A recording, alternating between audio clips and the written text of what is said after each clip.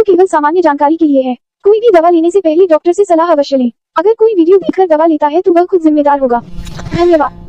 Hello दोस्तों, आज हम लोग बात करने वाले हैं विटिलिगो के सबसे बेस्ट इलाज के बारे में। काफी समय से मेरे पास कमेंट्स आ रही थी सर, जो विटिलिगो जो हो जाता है, जिसको ल्यूकोडर्मा भी बोलते हैं, ठीक है, जिसमें व्हाइट व्हाइट से इस प्रकार से पैचेस बन जाते हैं, ये स्किन पे किसी भी एरिया में हो सकता है, उसके बारे में कंप्लीट डिटेल में वीडियो बनाई है। तो यहाँ पे आप जानेंगे विटिलिगो के बारे में सब कुछ, कोजेस, ट्रीटमेंट, किस तरीके से ट्रीटमेंट करना है, किस तरीके से नहीं करना है, उसके बारे में सब कुछ अपन इस वीडियो में देखेंगे। तो सबसे पहले अपन जानते हैं कि आखिर विटिलिगो होता क्या है। Vitiligo is a chronic skin condition characterised by the loss of pigmentation. Pigmentation का मतलब होता है स्किन का कलर जो होता है, नेचुरल जो कलर जो होता है उसका क्या हो जाता है, लॉस, ठीक है। ये क्रॉनिक स्किन कंडीशन है, लंबे समय तक चलने वाली, जिसके अंदर क्या होता है, leading to the white patches on the skin, ठीक है। स्किन के ऊपर इस प्रकार से व्हाइट व्हाइट से पैचेस बन जाते हैं, जिसको अपन विटिलिगो बोलते हैं, या फिर ल्यूकोडर्मा भी इसी का दूसरा नाम है। तो इसके बाद में अपन जानते हैं इसकी कोजेस के बारे में कि आखिर ये किस वजह से होता है। पहला है auto immune factor. Auto immune factor के अंदर क्या होता है कि इसके अंदर अपन जो खुद का जो इम्यून सिस्टम है ना, वो गलती से अटैक करने लगता है खुद की मेलानोसाइट्स पर। मेलानोसाइट्स जो होती हैं मेलानिन प्रोड्यूस करने वाली सेल्स, क्या ये सेल्स क्या करती हैं, मेलानिन प्रोड्यूस करती है, मेलानिन का प्रोडक्शन करती है। अब मेलानिन काम करता है अपनी स्किन को कलर देने का। अब जैसे वो सेल्स ही नहीं रहेंगी तो मेलानिन को स्किन को कलर भी नहीं दे पाएगा, इसलिए वहां पे क्या हो जाते हैं, व्हाइट व्हाइट सी पैचेस बन जाते हैं। और ये ऑटोइम्यून फैक्टर मतलब खुद का इम्यूनिटी सिस्टम ही ये काम करना स्टार्ट कर देता है, उन सेल्स को डैमेज करना स्टार्ट कर देता है, इस वजह से ऐसा होता है, ठीक है। उसके बाद में सेकंड नंबर पे बात करें तो वो है जेनेटिक प्रीडिपोजिशन। अगर फैमिली हिस्ट्री रही है किसी की तो उस वजह से भी बच्चों में भी रिस्क बढ़ जाता है। किसी भी उम्र में देखने को मिल सकता है, मोस्टली केसेस में ये 20 साल की उम्र में जाकर के बच्चों में मतलब कि ज्यादा देखने को मिलता है। और आपको 1000 लोगों में से 5 से 10 लोगों में ये बीमारी देखने को मिल जाती है। उसके बाद में थर्ड नंबर पे है एनवायरमेंटल ट्रिगर्स। एनवायरमेंटल ट्रिगर्स में मतलब सनबर्न हो गया, ठीक है, स्ट्रेस, अगर किसी चीज को लेकर स्ट्रेस है तो इससे ये मतलब कि ज्यादा स्प्रेड हो सकता है, ठीक है। सर्टेन केमिकल्स, कुछ केमिकल्स भी होते हैं जिनकी वजह से विटिलिगो हो जाता है। अदर कंडीशंस के केसेस में देखें तो ये जो विटिलिगो है वो किसी दूसरी बीमारी के साथ एसोसिएटेड हो सकता है, संबंधित हो सकता है। जैसे अगर थायराइड हो रही है तो ये होने के चांसेस है, डायबिटीज हो रही है तो भी आपको ये होने के चांसेस है। एक केस होता है एनीमिया। एनीमिया में क्या होता है, पर्टिकुलर जगह पे अगर ब्लड सप्लाई ठीक से नहीं हो रही है तो वहां पे क्या होती है, सेल डेड हो जाती है, ठीक है, तो वहां पे भी विटिलिगो होने के चांसेस हो जाते हैं। तो ये भी एक इसका कारण हो सकता है। तो ये सारे कोजेस जो हैं वो इसके बारे में बताते हैं कि विटिलिगो के सारे कोजेस होते हैं। उसके बाद में नेक्स्ट पॉइंट है टाइप ऑफ विटिलिगो। विटिलिगो के टाइप को पहचानना मतलब कि डायग्नोस करने के लिए अपने को पहचानना पड़ेगा कि आखिर विटिलिगो कौन सा टाइप का विटिलिगो हुआ है। सबसे पहले जनरलाइज। जनरलाइज में क्या होता है, पूरी बॉडी पे व्हाइट व्हाइट से पैचेस पैचेस से बन जाते हैं, ठीक है। दूसरा है सेगमेंटल। सेगमेंटल मतलब किसी पर्टिकुलर पार्ट में, लेफ्ट साइड में या फिर राइट साइड में बॉडी में ऐसे देखने को मिलते हैं। Focal vitiligo. फोकल विटिलिगो मतलब limited to the few areas without spreading. कुछ एरियाज में हो गया, जैसे हाथ पे हो गया, ठीक है, चेस्ट पे हो गया, स्टमक पे हो गया, लेकिन ये स्प्रेड नहीं होता है, वो फोकल विटिलिगो होता है, ठीक है। यूनिवर्सल विटिलिगो मतलब पूरी स्किन जो होती है ना वो व्हाइट व्हाइट हो जाती है, उसमें पैचेस नहीं मिलती, कंप्लीट स्किन व्हाइट हो जाती है।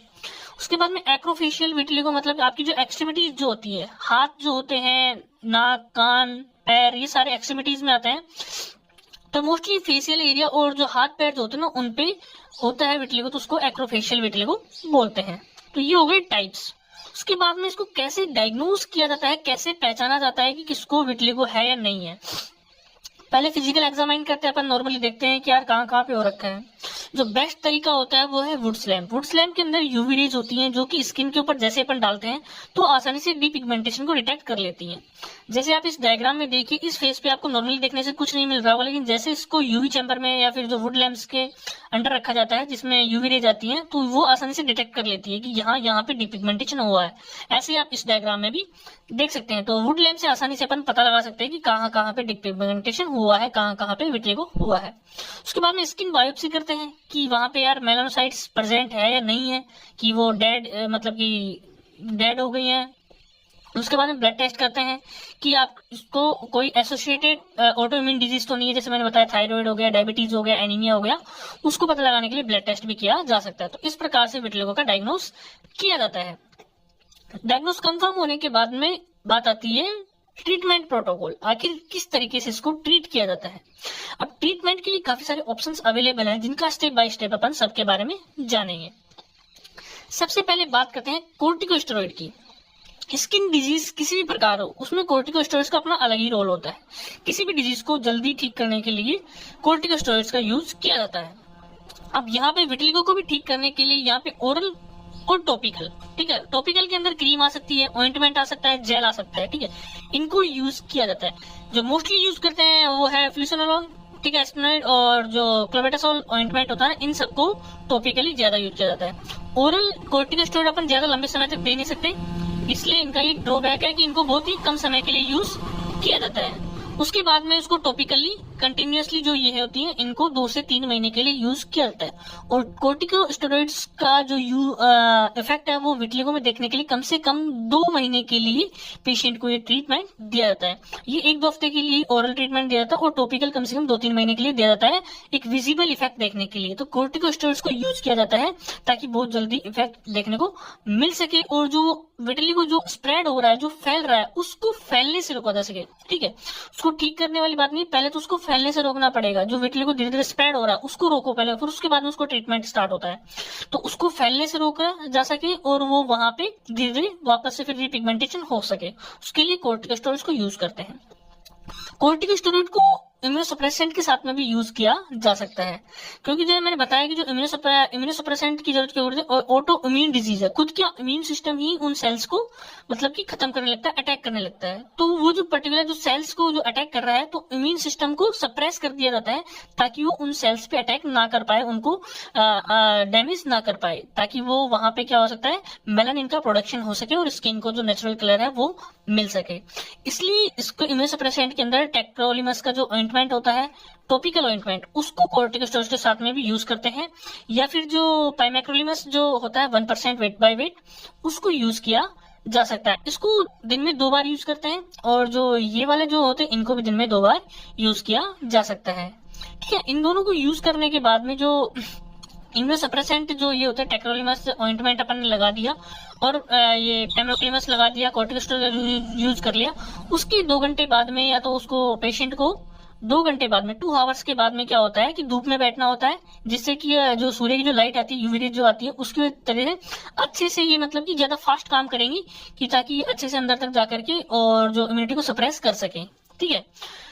उसके बाद में क्या होता है, फोटोथेरेपी। फोटोथेरेपी के अंदर क्या होता है कि एक यूवी चैम्बर होता है जिसके अंदर 24 ट्यूबलाइट्स होती हैं, ठीक है। इसके चैम्बर के अंदर क्या होता है, जहां जहां पे विटिलिगो रखा है उसके अलग एरिया पे सनस्क्रीन लगा करके उसको पेशेंट को अंदर भेजा जाता है, ठीक है। इसमें फोटोथेरेपी में क्या होता है कि जो सेल्स जो होती हैं, जो मेलानिन प्रोड्यूस कर रही हैं, उनको रिएक्टिवेट मतलब किया जाता है ताकि वो मेलानिन को ज्यादा प्रोड्यूस कर सके। रिएक्टिवेट तो नहीं, लेकिन उनको प्रोडक्शन को इंक्रीज किया जाता है, ठीक है, फोटोथेरेपी के अकॉर्डिंग। इसके अंदर नैरो बैंड की यूवी रेज को यूज किया जाता है, ब्रॉडबैंड की जो यूवी रेज होती है उनको यूज नहीं किया जाता है, ठीक है। तो फोटोथेरेपी एक इसका यूज है कि उसके अंदर क्या करते हैं, ये जो इम्यूनोसप्रेसेंट वगैरह या कोर्टिकोस्टेरॉइड स्किन पे जहां जहां पे रखे वहां लगा करके उसको फोटोथेरेपी वाले रूम में भेजा जाता है।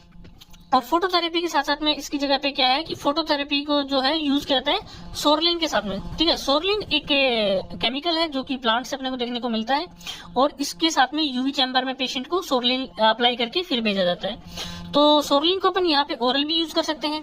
अब ये सोरलिन क्या काम करता है कि बॉडी में जाकर के जो सेल्स जो है, ठीक है, उन सेल्स को जो मेलानिन प्रोड्यूस करने के चांसेस को इंक्रीज करता है, मेलानिन को ज्यादा प्रोड्यूस करवाता है ताकि वो जल्दी से वहां पे जो है स्किन का रिपिगमेंटेशन हो सके। तो उसके लिए सोरलिन की जो टेबलेट होती है वो वीक में 2 बार दी जाती है, और जो टॉपिकल जो होती है, ऑइंटमेंट जो होता है, उसको लगा करके फिर उसके 2 घंटे बाद में या तो उसको धूप में बैठना होता है या फिर उसको यूवी चैम्बर के अंदर भेजते हैं, ताकि अब जैसे अपन ने सोरलिन ऑइंटमेंट जहां जहां पे उसको पैचेस बन रखे वहां पे लगा दिया, तो जैसे वो यूवी चैम्बर में जाएगा तो ये सोरलिन ज्यादा फास्ट तरीके से काम करेगा और वहां पे जो सेल्स हो रही है वो मेलानिन प्रोड्यूस करना स्टार्ट कर देते हैं, जिससे जो स्किन का रिपिगमेंटेशन होना स्टार्ट हो जाता है। तो कई केसेस में जो पेशेंट जो होते हैं उनको नॉर्मल साबुन से नहाने के लिए मना किया जाता है, उसके लिए उसको सोरलिन का साबुन ही दे दिया जाता है नहाने धोने के लिए भी, ठीक है। तो ये भी एक है कि सोरलिन का इफेक्ट काफी देखने को मिलता है। सोरलिन प्लस यूवीए दोनों को साथ में यूज किया जाता है, ठीक है। तो विटिलिगो का इस तरीके से ट्रीटमेंट किया जाता है।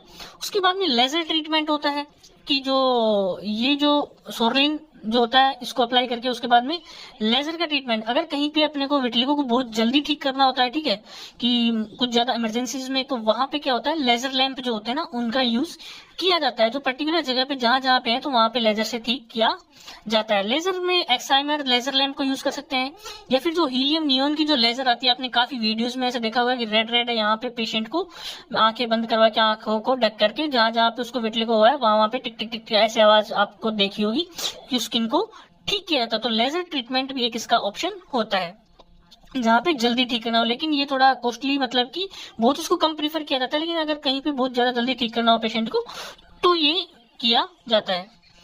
उसके बाद में आता है सर्जिकल थेरेपी, ठीक है। अगर जो अपन ने जो ये ट्रीटमेंट दिए हैं, ठीक है, लेजर ट्रीटमेंट दे दिया, सोर्लिन प्लस यूवी दे दिया, फोटोथेरेपी दे दिया, इम्यूनोसप्रेसेंट दे दिया, कॉर्टिकोस्टेरॉइड्स दे दी, अगर ये ट्रीटमेंट फेल होते हैं तब जाकर के क्या होता है कि उनको सर्जिकल थेरेपी का हेल्प लेना पड़ता है। अब सर्जिकल थेरेपी में दो तरीके से इसको किया जाता है। पहला होता है स्किन ग्राफ्टिंग। स्किन ग्राफ्टिंग में क्या करते हैं, एक डोनर होता है जो कि स्किन को के अंदर जो, अब स्किन को यहाँ से आपको दिख रहा होगा, यहाँ से स्किन को हटा के यहाँ जो विटिलिगो था पेशेंट को वहां पे यहाँ से क्या करते हैं, यहाँ पे सेल्स को उठाते हैं, मतलब जो कि मेलानिन प्रोड्यूस करने वाली जो सेल्स होती है ना उनको उठाते हैं, ठीक है, इस स्किन से।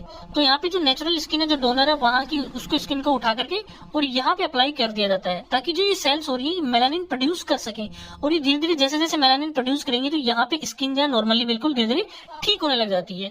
तो ठीक है, तो ये एक तरीका होता है, जैसे आप इसमें देख सकते हैं यहाँ पे इसको कितना विटिलिगो है। अब एक डोनर की जो है कि जो सेल्स उठा करके और सेल्स को वहां पे ग्राफ्ट कर दिया जाता है, ठीक है। ये एक बहुत ही मतलब की एक्सपीरियंस जो सर्जन होते हैं ना उनके थ्रू ये किया जाता है स्किन ग्राफ्टिंग। इसके अंदर यहाँ पे जो मेलानोसाइट्स जो सेल्स होती हैं उनको लेकर के यहाँ पे पंच किया जाता है, ठीक है, ग्राफ्ट किया जाता है, ताकि वो मेलानिन प्रोड्यूस कर सके, स्किन का कलर नॉर्मल हो सके। तो ये सर्जिकल थेरेपी होती है। उसके बाद में सेकंड नंबर पे जो थेरेपी होती है वो मेलानोसाइट ट्रांसप्लांट। इसी के अंदर भी क्या करते हैं, इसके अंदर यहाँ पे पंचिंग या ग्राफ्टिंग नहीं करते, इसके अंदर एक सस्पेंशन बनाया जाता है इनका मेलानोसाइट्स का, इनको जो इन विट्रो कल्चर पे रख करके इनको जो मीडिया प्रोवाइड किया जाता है, ठीक है, उसके साथ इसका सस्पेंशन बना करके फिर इसको स्किन पे अप्लाई किया जाता है। जैसे आप इसमें देख सकते हैं यहाँ पे और यहाँ पे इसका सस्पेंशन पूरा अप्लाई कर दिया गया है, ठीक है। धीरे धीरे इनका कलर क्या होता है वापस से आना स्टार्ट हो जाता है, क्योंकि मेलानोसाइट्स वहां पे मेलानिन प्रोड्यूस करना स्टार्ट कर देती है, और जो मेलानिन से धीरे धीरे स्किन का कलर मतलब रिपिगमेंट होना स्टार्ट हो जाता है, ठीक है। लेकिन ये सारे ट्रीटमेंट करने से पहले इसके स्प्रेड होने को रोकना है, क्योंकि अगर आप जैसे अपने यहाँ पे सस्पेंशन लगा के ठीक तो कर दिया, लेकिन वो स्प्रेड होता जा रहा है कहीं और पे हो गया, तो पहले उसको जो अपन ने लास्ट जो ट्रीटमेंट्स की बात की उनको यूज करके उसको स्प्रेड होने से रोका जाता है। उसके बाद में सारी थेरेपीज की जाती हैं, ठीक है। काफी महंगी भी होती है, इसलिए पहले जो पहले ट्रीटमेंट बताया उनको यूज किया जाता है। अगर पेशेंट को उनसे आराम नहीं मिल रहा है तब जाके इन पे मतलब कि सर्जिकल थेरेपीज को यूज किया जाता है। तो इस प्रकार से विटिलिगो का ट्रीटमेंट किया जाता है।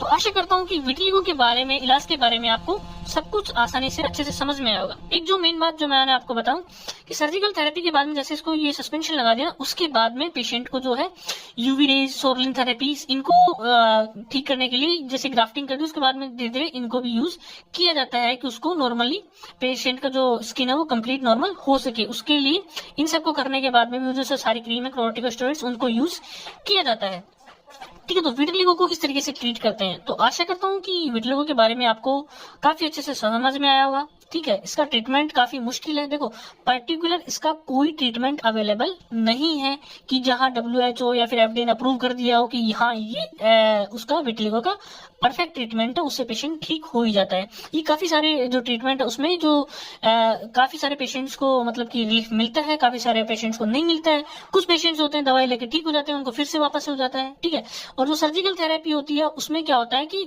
80% जो पर्सन जो होते हैं ना उनको मतलब कि रिपिगमेंटेशन होना मतलब स्टार्ट हो जाता है, और वो काफी मतलब कि सेटिस्फैक्टरी रिजल्ट मिलता है। तो अभी तक जो ट्रीटमेंट अवेलेबल होता है उससे सेटिस्फैक्शन नहीं मिलता है, कंप्लीट ट्रीटमेंट इसका मतलब कि अप्रूव्ड कोई ट्रीटमेंट नहीं है।